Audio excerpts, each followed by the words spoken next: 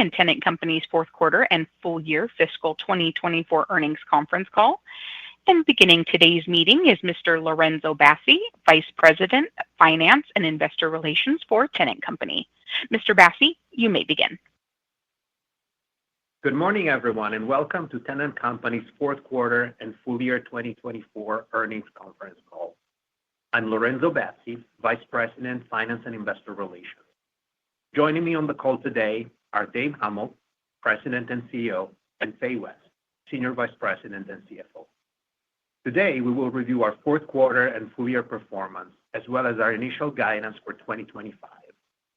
Dave will discuss our results and enterprise strategy, and Fay will cover our financials. After our prepared remarks, we will open the call to questions.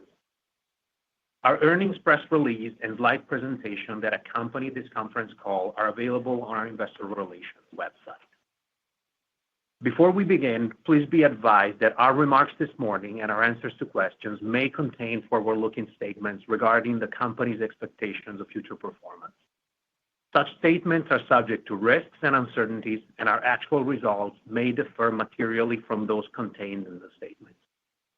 These risks and uncertainties are described in today's news release and the documents we file with the Securities and Exchange Commission. We encourage you to review those documents, particularly our safe harbor statement, for a full description of the risks and uncertainties that may affect our results. Additionally, on this conference call, we will discuss non-GAAP measures that include or exclude certain items. Our 2024 fourth quarter and full year earnings release and presentation include the comparable GAAP measures and the reconciliations of these non-GAAP measures to our GAAP results. I'll now turn the call over to Dave. Thank you, Lorenzo, and hello, everyone.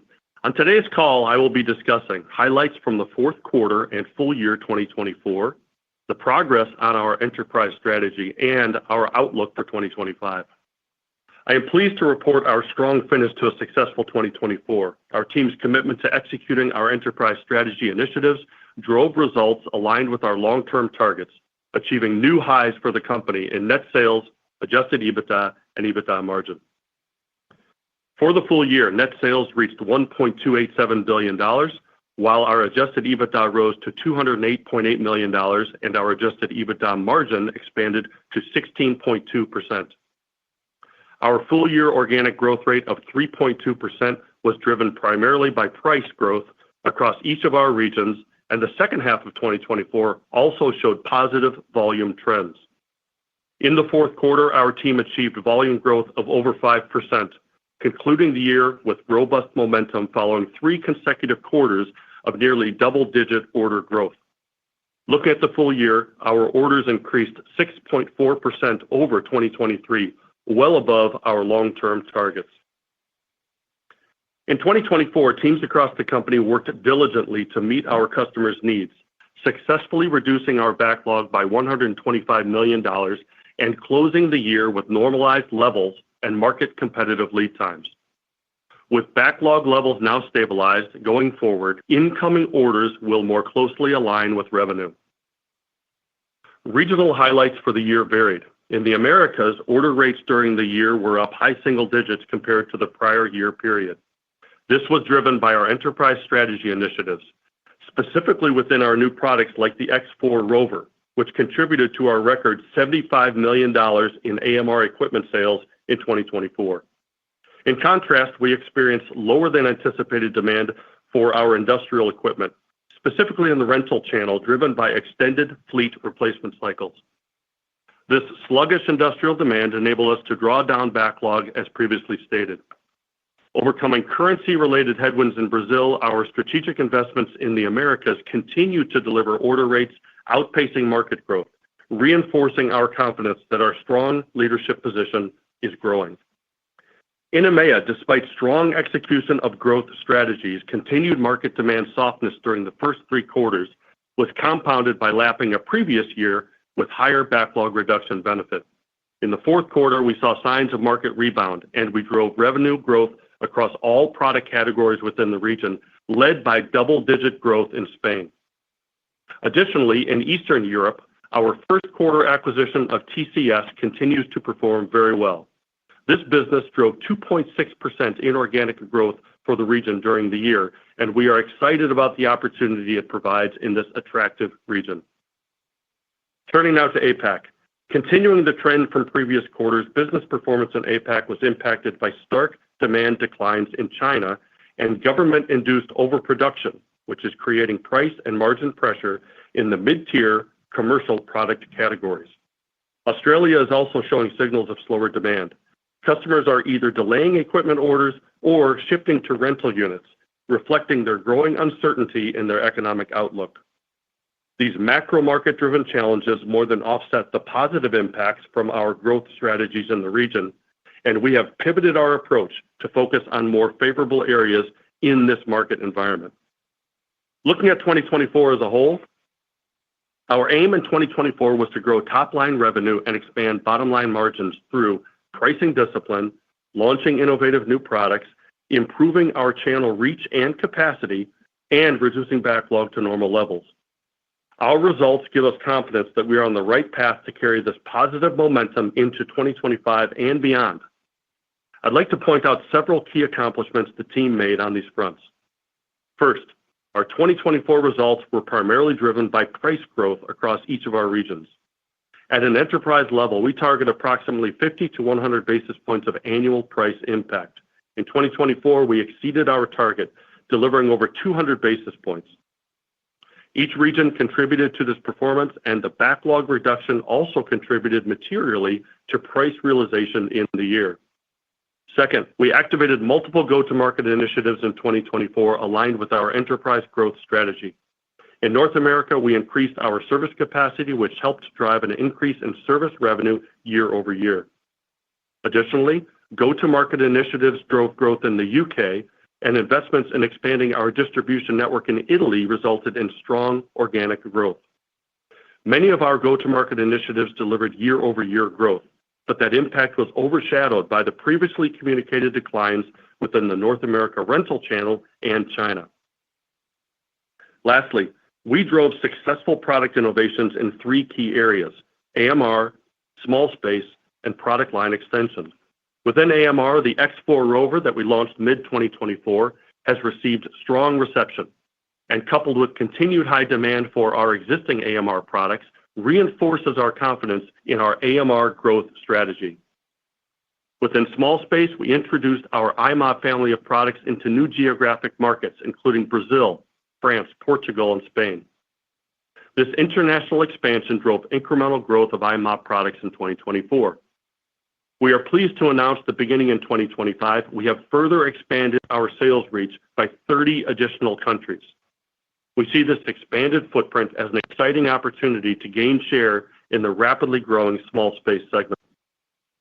We expanded our product line extensions portfolio with the release of the T1581 ride-on scrubber in the first quarter and the T291 small walk-behind scrubber in the third quarter of 2024. Our product line extensions have proven to be an effective growth strategy, positioning our mid and premium tier products to grow share and generate incremental profitable revenue.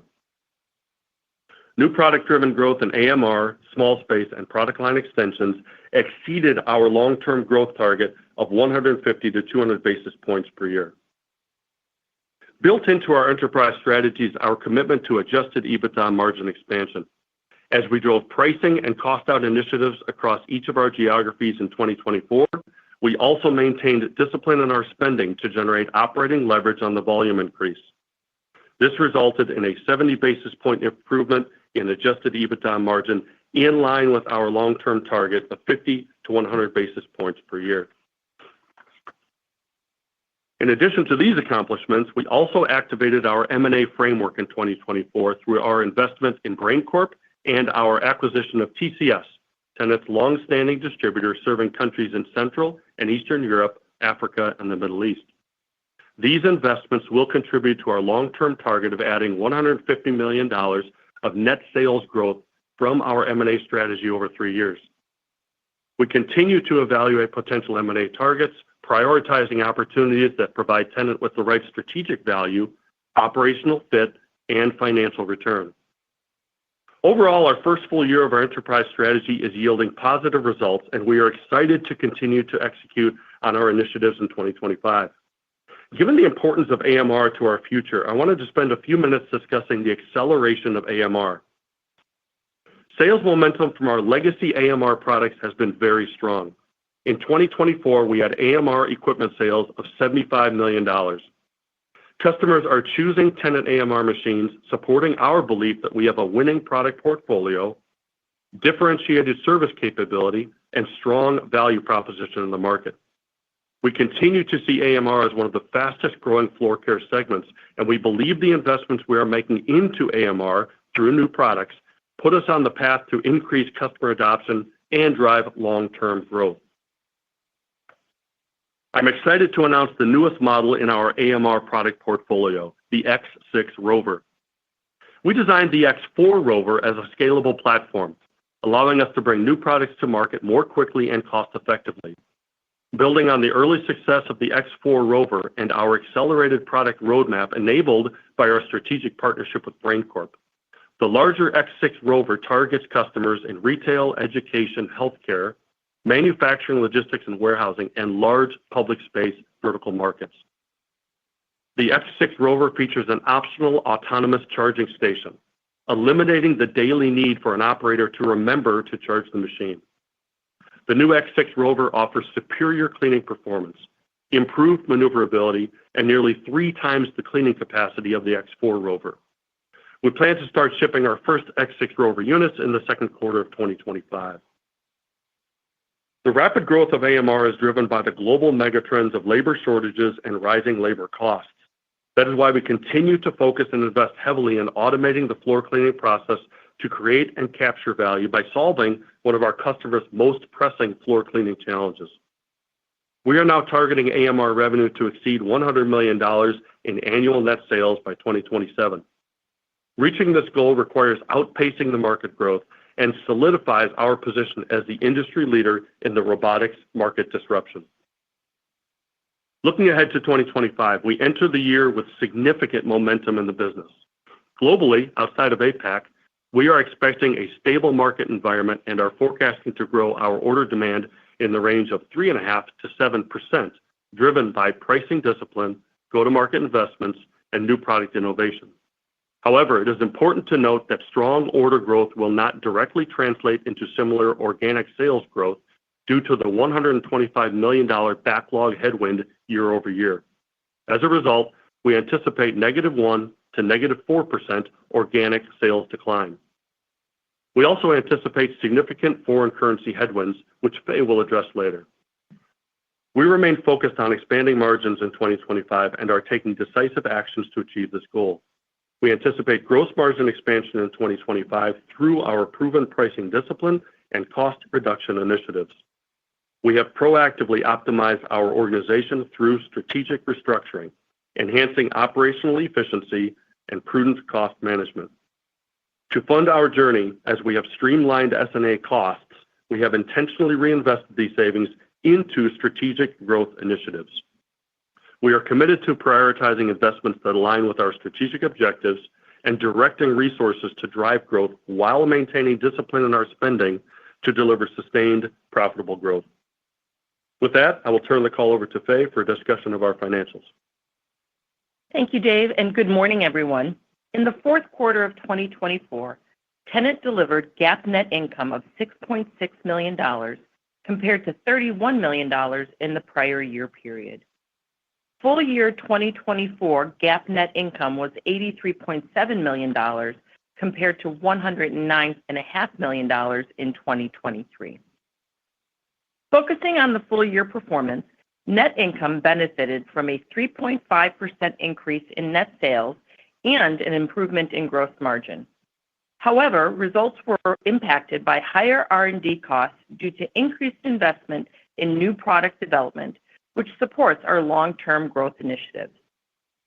Operating expenses also rose year over year and included costs associated with our ERP modernization project, transaction and integration-related costs, restructuring-related charges, and legal contingency costs. Let me provide a little color on these costs, which we have classified as non-GAAP. Regarding our ERP project, in 2024, we invested approximately $37 million in the design and build phase of this project and successfully completed our 2024 milestones. Of this amount, $14 million was expensed and reflected in the P&L, and $23 million was capitalized. We are well positioned for the next phase of this critical project and are excited about the operational efficiencies that this project will unlock. In 2025, we will begin a staggered go-live of the ERP implementation and will make the necessary investments to limit business disruptions throughout the year. Additionally, as part of our enterprise strategy to drive efficiency, manage costs, and increase productivity, we executed a global workforce reorganization, which resulted in an $8.2 million restructuring charge in 2024. We expect to save about $10 million annually from these actions beginning in 2025. Our 2024 results also include a legal contingency expense. In November 2024, we received an adverse jury verdict related to an intellectual property dispute. The dispute involves a plaintiff alleging that Tennant infringed a patent through its manufacture and sale of the EC Water option on commercial floor scrubbers sold between 2015 and 2023. A jury ruled against Tennant and awarded $9.8 million in damages, plus prejudgment interest of $4.7 million to the plaintiff. We strongly disagree with this verdict and are exploring all available options, including seeking to overturn the verdict and the resulting judgment through an appeals process. This ruling does not impact our ability to sell any of our products and is not expected to affect our long-term financial performance. When excluding non-GAAP costs, adjusted EPS for the full year 2024 was $6.57 per diluted share, flat compared to the prior year. Looking beyond operating income, interest expense decreased due to lower interest rates. Our average interest rate net of hedging for the full year 2024 was 4.6% compared to 5.3% in the prior year. Our effective tax rate was 20.1% for the full year compared to 11.6% in 2023. The increase in the effective tax rate was primarily driven by the value of certain non-cash discrete items in each period, which will not reoccur in the future years. Absent these items, the effective tax rate for each period would have been approximately 24%. Looking a little more closely at our quarterly results, for the fourth quarter of 2024, consolidated net sales totaled $328.9 million, a 5.6% increase compared to $311.4 million in the fourth quarter of 2023. On a constant currency basis, organic sales increased 6.3%. Approximately 90% of the year-over-year growth was attributed to volume, while the remaining 10% was driven by pricing. Overall, we delivered 7.2% growth in equipment sales and 6.8% growth in service revenue in the fourth quarter of 2024 as compared to the prior year.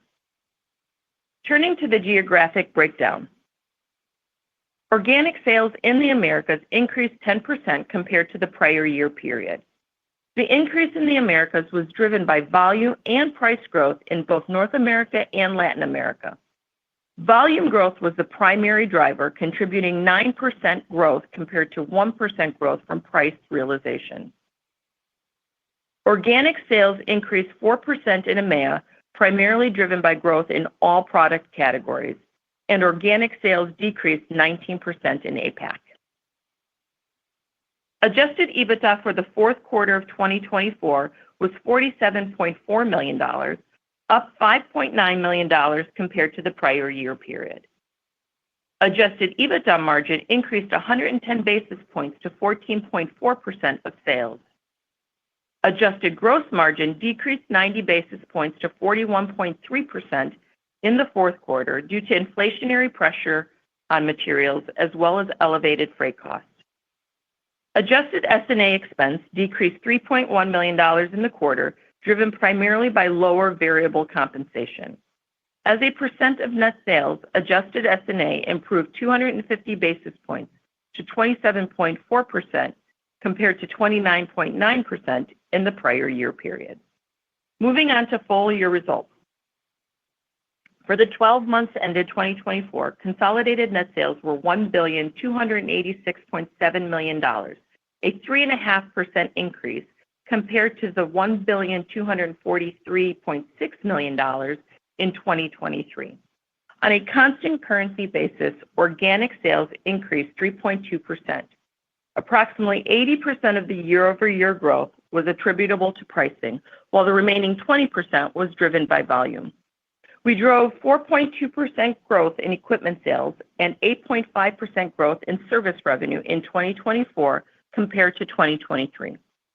Parts and consumable sales were down 1.9% year-over-year, in part due to the unfavorable impact of distributor consolidations during the year. Turning to the geographic breakdown. In 2024, net sales in the Americas increased 5.7% over the prior year, or a 6.3% increase on an organic basis. The increase in net sales was driven by a relatively even split between volume and price. Volume growth across the region was generated primarily from our commercial equipment sales, while volume growth in our industrial equipment was flat. Net sales in EMEA increased 1.3%, primarily due to the acquisition of TCS, which contributed 2.6% of inorganic net sales growth. Organic net sales declined 1.6% due to lower volumes in both equipment sales and parts and consumables, partially offset by price realization in all product categories. EMEA volumes were impacted by weaker than expected market conditions and a smaller contribution from backlog reduction in the current period. Net sales in the Asia-Pacific region decreased 10.3%, or 9.5% on an organic basis.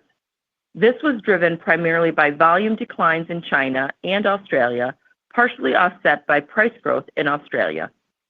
Turning to adjusted EBITDA. Adjusted EBITDA for the full year 2024 was $208.8 million, an increase of $15.9 million versus the prior year. The improvement in adjusted EBITDA was primarily due to strong sales growth driven by both price and volume, specifically in the Americas. Adjusted EBITDA margin was 16.2% in 2024, a 70 basis point increase over the prior year, and benefited from operating leverage driven by sales growth. Full year 2024 adjusted gross margin increased to 42.7%, a 20 basis point improvement compared to 2023. Our margin profile for the full year 2024 was impacted by shifts in our geographic, product, and customer mix. Our pricing and cost-out initiatives more than offset the impact of inflation for the full year of 2024. Adjusted S&A expense of $352.1 million increased $3.3 million compared to 2023, primarily due to higher compensation and benefit expense associated with an increase in headcount. This was partially offset by lower variable compensation in 2024. Adjusted S&A expense as a percentage of net sales improved 60 basis points to 27.4% in 2024. The S&A leverage benefit was primarily due to improved operating performance throughout the year. Turning now to capital deployment. Net cash provided by operating activities was $89.7 million in 2024 compared to $188.4 million in 2023, and we generated free cash flow of $68.8 million for the year. The decrease in cash provided was the result of working capital usage, mainly related to inventories, and $37.3 million for our ERP project. Excluding amounts related to the ERP project, we converted 113% of net income to free cash flow in 2024. The company continues to deploy cash flow towards operational capital needs and to return capital to shareholders in line with its capital allocation priorities. In 2024, we reinvested in our core business, investing $20.9 million in capital expenditures, returned capital to our shareholders with dividend payments of $21.4 million, deployed $57.8 million to M&A, and repurchased approximately 200,000 shares of our common stock for $19.6 million. As part of our commitment to deliver value to our shareholders, on February 11th, our board of directors authorized a new share repurchase program of 2 million shares of the company's common stock, in addition to the approximately 580,000 shares remaining under our current repurchase program. Tennant's liquidity remains strong with a balance of $99.8 million in cash and cash equivalents as of the end of 2024 and $449.3 million of unused borrowing capacity on the company's revolving credit facility. Our net leverage was 0.48 times adjusted EBITDA, lower than our stated goal of 1 to 2 times. Thanks to our strong cash flow generation and disciplined capital allocation strategy, we maintained our leverage and strengthened our balance sheet, paving the way for strategic acquisitions to be a growth opportunity going forward. Moving to guidance. As Dave mentioned, we plan to build on our 2024 momentum to drive order growth in the 3.5% to 7% range. Accounting for the impact of the 2024 backlog reduction headwind, this translates to a -1% to -4% organic sales decline in 2025. In addition to this organic sales decline, our net sales guidance also includes a foreign exchange impact of a -2%, given the recent developments in the FX markets, particularly in Europe, Brazil, and China.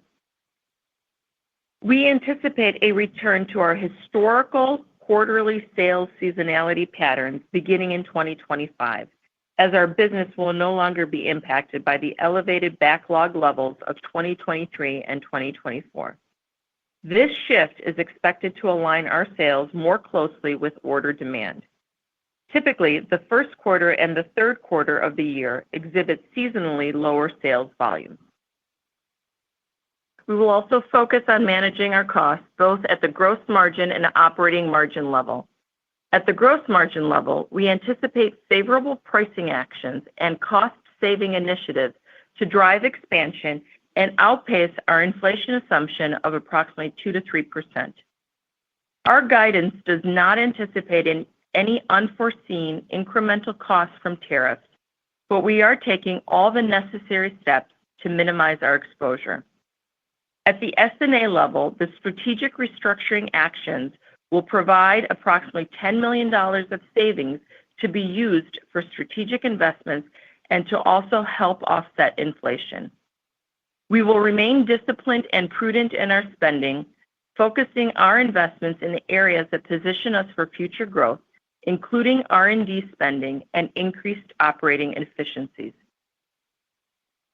We are also targeting 100% conversion of net income to free cash flow on a full-year basis, excluding the impact of the ERP modernization costs, which we anticipate will be approximately $50 million in 2025. We will continue our disciplined approach to allocating capital and maintaining a strong balance sheet. For 2025, Tennant provides the following guidance: net sales of $1,210 million to $1,250 million, reflecting organic sales decline of -1% to -4%. GAAP EPS of $3.80 to $4.30 per diluted share. Adjusted EPS of $5.70 to $6.20 per diluted share, which excludes ERP costs and amortization expense. Adjusted EBITDA in the range of $196 to $209 million. Adjusted EBITDA margin in the range of 16.2% to 16.7%. Capital expenditures of approximately $20 million and an adjusted effective tax rate of approximately 23 to 27%, which excludes an adjustment for amortization expense. With that, I will turn the call back to Dave. Thank you, Faye. We have a few upcoming events if you wish to learn more about our company and the direction we are heading. In March, we will participate in 2 virtual investor conferences. The first, on March 19th, is hosted by Sidoti, and the second, on March 20th, is hosted by CL King. With that, we will open the call to questions. Operator, please go ahead. Thank you. And we will now begin the question and answer session. If you have dialed in and would like to ask a question, please press star 1 on your telephone keypad to raise your hand and join the queue. If you would like to withdraw your question, simply press star 1 a second time. If you are called upon to ask your question and are listening via speakerphone on your device, please pick up your handset and ensure that your phone is not on mute when asking your question. And your first question comes from the line of Steve Ferazani with Sidoti & Company. Your line is open. Morning, everyone. Appreciate all the detail on the call. Covered an awful lot of ground, so I'll try to group my questions here because there's a lot to cover for sure. You talked quite a bit about expectations for 2025 margins. Generally, it's very hard to keep margins flat to even grow them in a declining revenue environment. And we understand completely why the revenue is declining, given the massive backlog conversion last year. That being said, your gross margin sequentially declined the last 3 quarters, but you're saying it could be flat to up in 2025. I'm just trying to figure out how you get there, given what have been, clearly there's been inflationary pressures. You don't have the benefit of price realization from backlog conversion. I'm just trying to figure out how you're comfortable getting to that. Morning, Steve. This is Faye. So from a margin perspective, we are taking action to manage costs, both from a COGS perspective as well as from an S&A perspective. When we look at the gross margin line, we're anticipating expansion in line with our long-term targets of roughly 30 basis points. So that's kind of what we're anticipating in 2025. When we look at kind of all of the components of gross margin, we think that cost out initiatives that have been very successful for us in the past, as well as productivity initiatives that we've implemented, will help offset inflation, more than offset inflation. And we also believe that our pricing realization, which will be net of kind of any mixed impact that we might be anticipating, will drive the gross margin expansion. So those are the components as we're looking at that. Okay. And then the restructuring that's resulting in $10 million in cost savings, is that all out of SG&A? Most of it is from S&A. There is some component that's coming from COGS as well.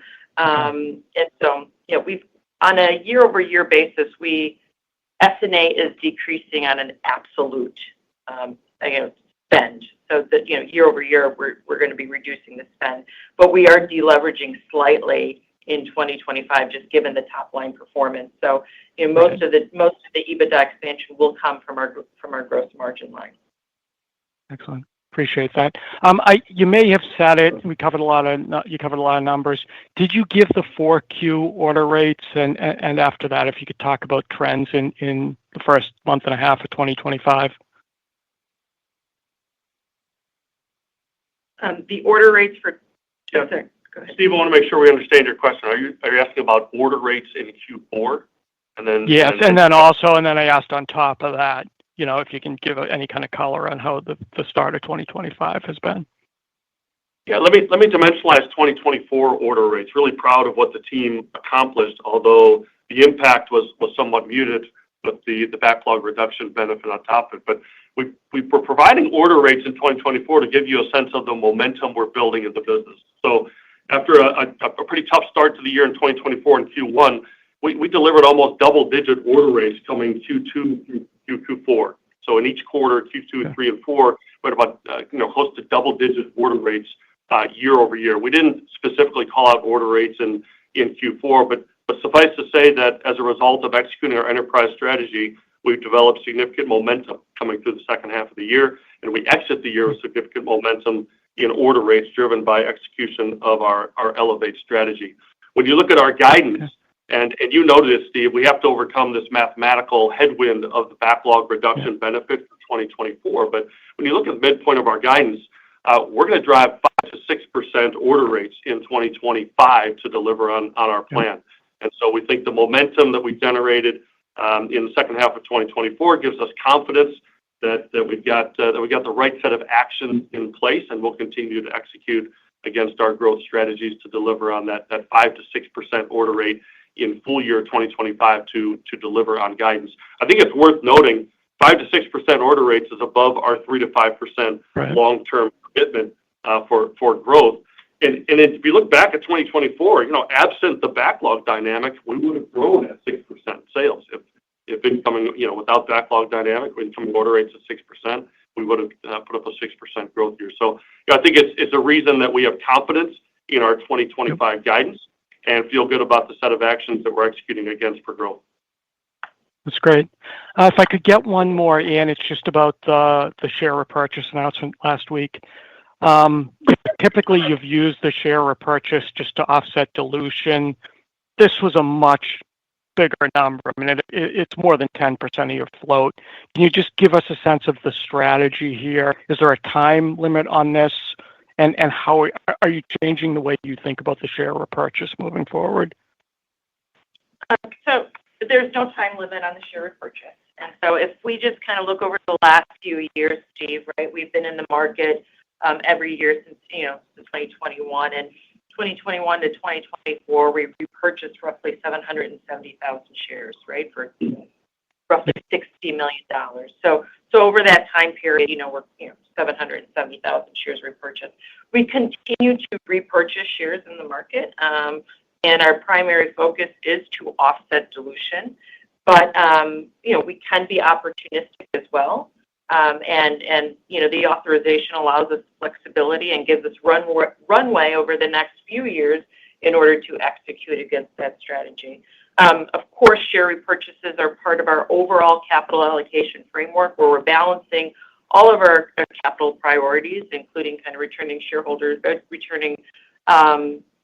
value to shareholders via dividends, reinvesting in our business, maintaining kind of the right leverage, and also pursuing M&A, right? And so it's part of our playbook and gives us kind of the right runway. Your guidance for 2025, is that assuming you're just offsetting dilution? So any kind of strategic purchases could lift that EPS number? So when we think about from a cash flow perspective, from a free cash flow perspective, kind of how to utilize that cash, right? We're contemplating kind of right now just offset dilution is been kind of our playbook, but we have the opportunity to pull that lever a little bit stronger if needed. Okay, great. Thanks, everyone. Thanks, Dave. And your next question comes from the line of Tom Hayes with C.L. King. Your line is open. Hey, good morning, Dave. I appreciate the color and congrats on a nice finish of the year. Thanks, Tom. Hey, Dave, I was just wondering, you provide a lot of color on geographic markets. Maybe just your thoughts on the opportunities for you guys in the Asia-Pacific markets in 25 after kind of a challenging 24. Yeah, thanks for the question. Happy to comment. It's certainly been a rough ride for us in APAC coming through 2024, and I want to just pause and acknowledge the significant efforts of the team on the ground in those geographies in that region, operating in a really challenging environment, a rapidly changing marketplace in China specifically that has required a significant amount of grit and agility to manage through.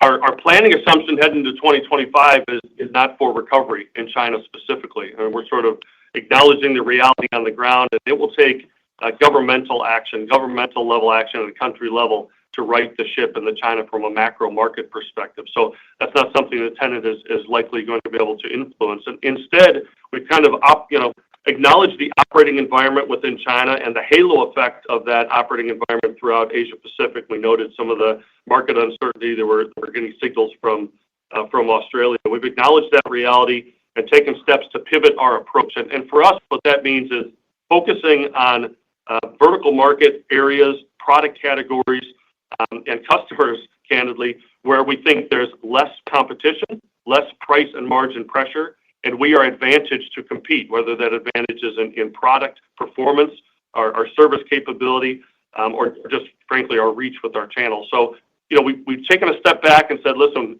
assuming that the market does not afford us the opportunity the market doesn't improve, then what are we going to do to win in that environment? So I'm really proud of the team demonstrating significant agility to take the market reality and adjust course heading into 2025, specifically in APAC. But again, we're not counting on any recovery underneath our guidance for APAC. So if we get any, that'll be a positive development for us. We're going to pivot a bit and go drive success in the market as it exists.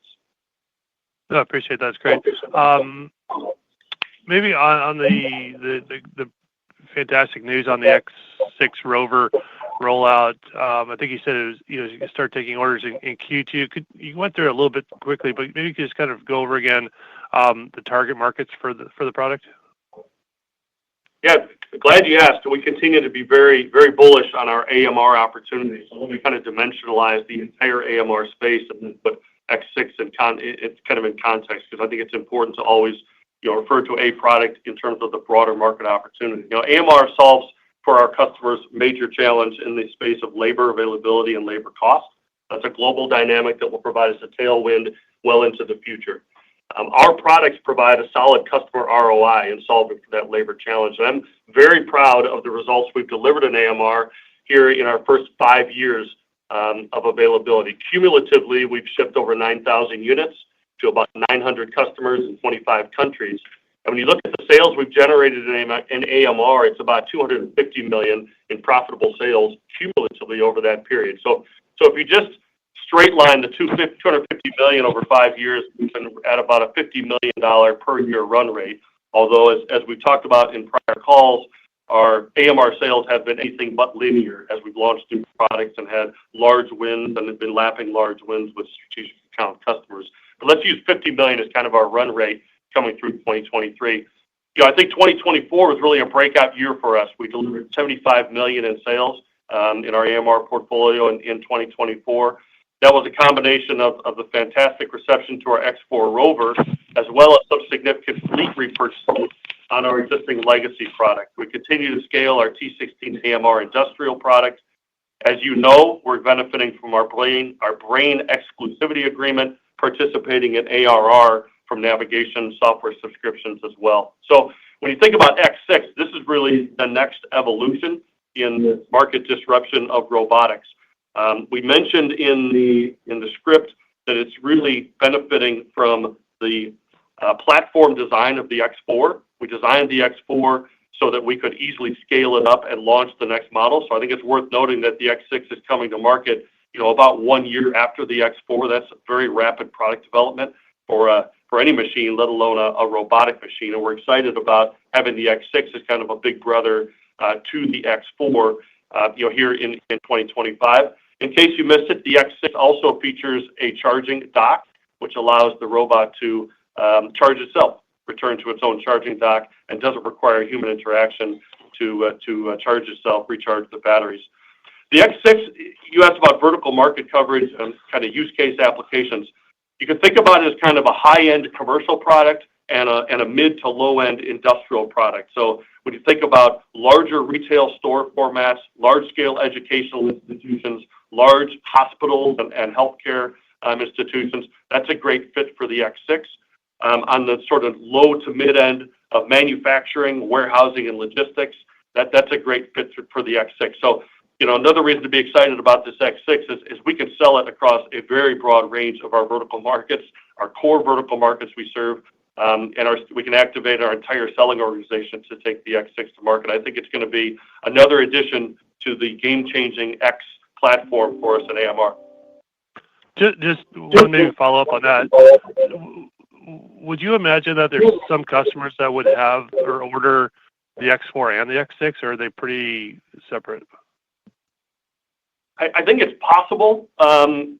Probably won't be the norm. I would envision that more people would have. When you think about the cleaning capacity of an X4, it's around on kind of one tank of water and one charge, it's around 20,000 square foot. where the X6 is about 75,000 square feet. And so, I doubt that somebody would want to go with a combination fleet of X6 and X4. They're probably going to look at their majority of their cleaning application and size the appropriate piece of equipment for that site, and then buy multiples either for that site or if they operate multiple sites, across a region or across the country. Okay, appreciate it. Maybe just one last question for Faye on the ERP charges. I think you said in your prepared remarks about $50 million in charges in 25. I guess two parts. One, is there any view you could provide as far as how those charges progressed during 25 and any split between SG&A and capital between that $50 million? Yeah. So the $50 million is really kind of a very comprehensive and inclusive view of the total project cost, which includes things like internal resources and that support the project, as well as other things like license costs, before go live. And so the $50 million, I think the calendarization of that throughout the year is going to be, I think, evenly split. There's nothing that we're anticipating going to be large in one month or one quarter versus another. And then Okay. I think we're likely going to see more expense in 2025 versus 2024. Most of, when you're in the design phase, you're able to capitalize more than you are. And then as you go live, certain components of those costs will be more likely to be capital or expense versus capital. So you can think about it flipping compared to 2024, where we had a more of a 40-60 split, and here you're going more expense on the 60-40 expenses to capital. You can think about it that way. Cool. Appreciate the color. Thank you. Thanks, Tom. And as a reminder, it is star one if you would like to ask a question. And your next question comes from the line of Aaron Reed with North Coast Research. Your line is open. Thanks for the opportunity. And great quarter, David. So one thing I want to follow up on Tom's question, and I just want to make sure I have this correct here. So you're after the deployment of the X6, you're going to be up to 5 AMR products available, correct? Correct. Okay. So can you tell me a little about where those are deployed? I know a lot of those are starting in the U.S. How much of those have made their way across the pond? And kind of what does that look like in terms of the footprint for those different AMR products? Yeah, great question. So I mentioned earlier we've got product deployed in 25 different countries. I think it's important to note our global selling and service organization is fully capable of demonstrating selling in and deploying AMR, across the geographies that we serve. Our cumulative units deployed to date roughly follow our geographic mix as an enterprise. Having said that, we really just launched X4 Rover in Q2 in the U.S. and later in the second half in EMEA. So we haven't really had a full year experience with X4 Rover in any geography. And as 2024 showed us, the customer response to that product has been very, very positive. So I think we have an opportunity with the X4 to drive accelerated adoption, not only in mature markets, but in some of our ancillary markets as well, just given the performance and price points, et cetera, on the ground. So we've got a 5-product portfolio. Our strategy, when we fleshed out our portfolio, we were trying to make sure that we had a robotics offering to serve all of the core vertical markets we serve across the geographies that we compete. And we tend to have a fairly consistent set of core vertical markets we serve. And the reason we did that was, the labor challenges are consistent across vertical markets, regardless of whether it's education, healthcare, retail, BSC, manufacturing. So the need is real. And we weren't sure where the uptake would be fastest across the vertical market customers. So we wanted to have an offering that we could talk to virtually any customer that was interested about robotics. And that's where the T7, T380, and T16 AMR were born out of, with this desire to have full vertical market coverage across our served vertical markets. Now X4, launching product on the Generation 3 navigation software platform, We're moving the seat so we get a smaller form factor, better maneuverability, improved performance. It really gives us a chance to go back in and build out an even more advanced set of products on the X platform. So although it's 5 models across the range, I really view the X platform as a step change in terms of the improvement in maneuverability, performance, etc. So we will continue to, as the X6 demonstrates, we're going to continue to upgrade our capabilities and performance, come to market with exciting new products, and expand our reach as we determine where the uptake is going to be accelerated across the vertical markets and perhaps flex in the future. But for now, the strategy is make sure we have a robotic offering across the entire range of vertical markets we serve, and make sure that we're bringing the latest and greatest technology to bear on this robotics disruption for our customers. And today, that's represented by the X platform products. Okay, great. That's super helpful. And then kind of piggybacking off of that, I almost view looks like you had a new manufacturing facility come online for the T16 AMR. Is that fully up and running? And can you tell me a little bit more about that? Can you clarify your question? But I'm not sure what you're referring to with the new manufacturing facility. Yeah, maybe I misread this here. I thought there was a new manufacturing facility in the Netherlands, or is that not correct? No, we do have manufacturing in mainland Europe, and we're evaluating where we build our AMR products for each of the regions. But we haven't launched a new T16 manufacturing line in Netherlands. Oh, okay. Then my mistake. Okay. And then just a second follow-up question. This is more on the ERP side. So, I'm excited to see the progress on the implementation. And can you provide us an update on the status or any milestones you've achieved so far? And really, how does the timetable look for completing the rollout? And lastly, how can we expect those benefits to be deployed throughout 25 and going forward? Yeah, let me dimensionalize it, and Faye, if you want to jump in as we go. This ERP consolidation is on a very aggressive timeline as a project. We plan to complete this whole thing in 3 years. The first year was largely devoted to planning, lining up our resourcing, picking our partners, negotiating contracts. That was 23. 24 was largely focused on designing the system and building the system. So gathering and scoping requirements, and then physically designing the system to perform the way that we want our ERP to on a global basis, harmonizing our processes as we go. In 2025, we're now moving into data loads and user testing to make sure that as we design and build the system, it's performing as we expected it to before we flip go live. That's kind of the first half of 2025. Heading into the second half, we'll have a series of staged go lives by region around the world. And our plan is to complete those go lives within calendar year 2025.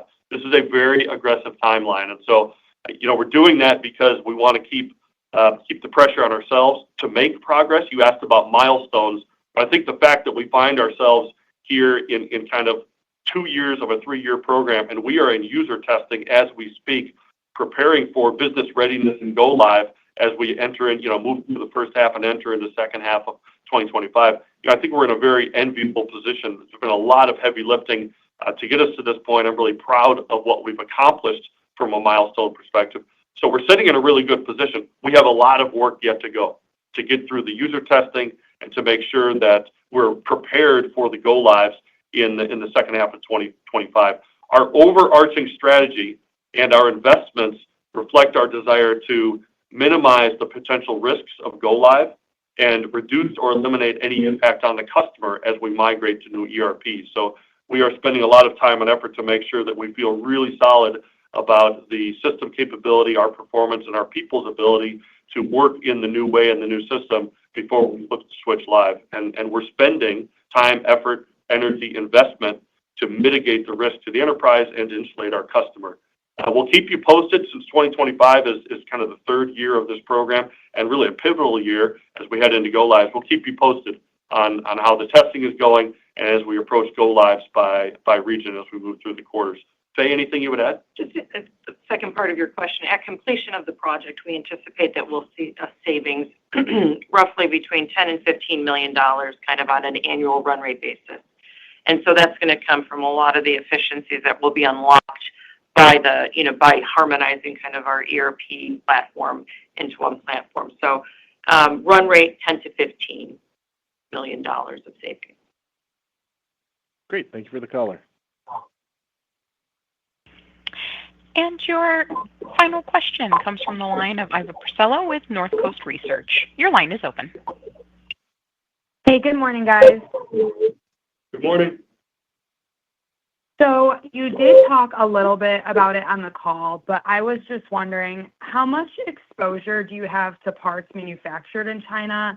And then what is your level of concern regarding potential trade wars? Yeah, thank you for the question. Tariffs are kind of top of mind for all of us, but especially for our operations and supply chain folks, our commercial teams. Specifically related to China and the 10% tariff, I think it's important first to just dimensionalize, like you asked, what's our exposure to China as a source, as a country? China is less than 10% of our COGS. It's around a $50 million exposure for the company. About $20 million of that is direct import by Tennant Company, where we would have to be exposed to the tariffs directly. And the remainder of it is exposure through our suppliers, where we know that they are sourcing subcomponents on our behalf or adding value to subcomponents from China that we expect to impact us.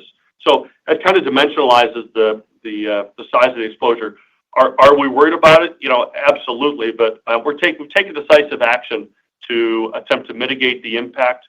We have a range of alternatives available to us in terms of offsetting the impact of tariffs. We can negotiate to eliminate and reduce tariffs with our existing partner suppliers. We have improved our local for local sourcing, so we now have a network of suppliers that allow us to flex and dual source components to avoid tariffs. Over longer term, we can design around products that are tariff challenged, and we also always have the alternative of passing on tariffs in price to our customers. Our preference would be at these levels of impact. Our preference would be to mitigate it ourselves, using the muscles we've built over the last several years, versus having to go out and issue a new price change. When candidly, we just put out our 2025 pricing in early January, and we're working to realize that impact. All right. Yeah. Thank you. That was super helpful. Pardon me. And since there are no further questions at this time, I would like to turn the call over to management for closing remarks. Thank you. I could not be more proud of the results that our high-performing teams have achieved in 2024, and I'm really looking forward to our plans for 2025.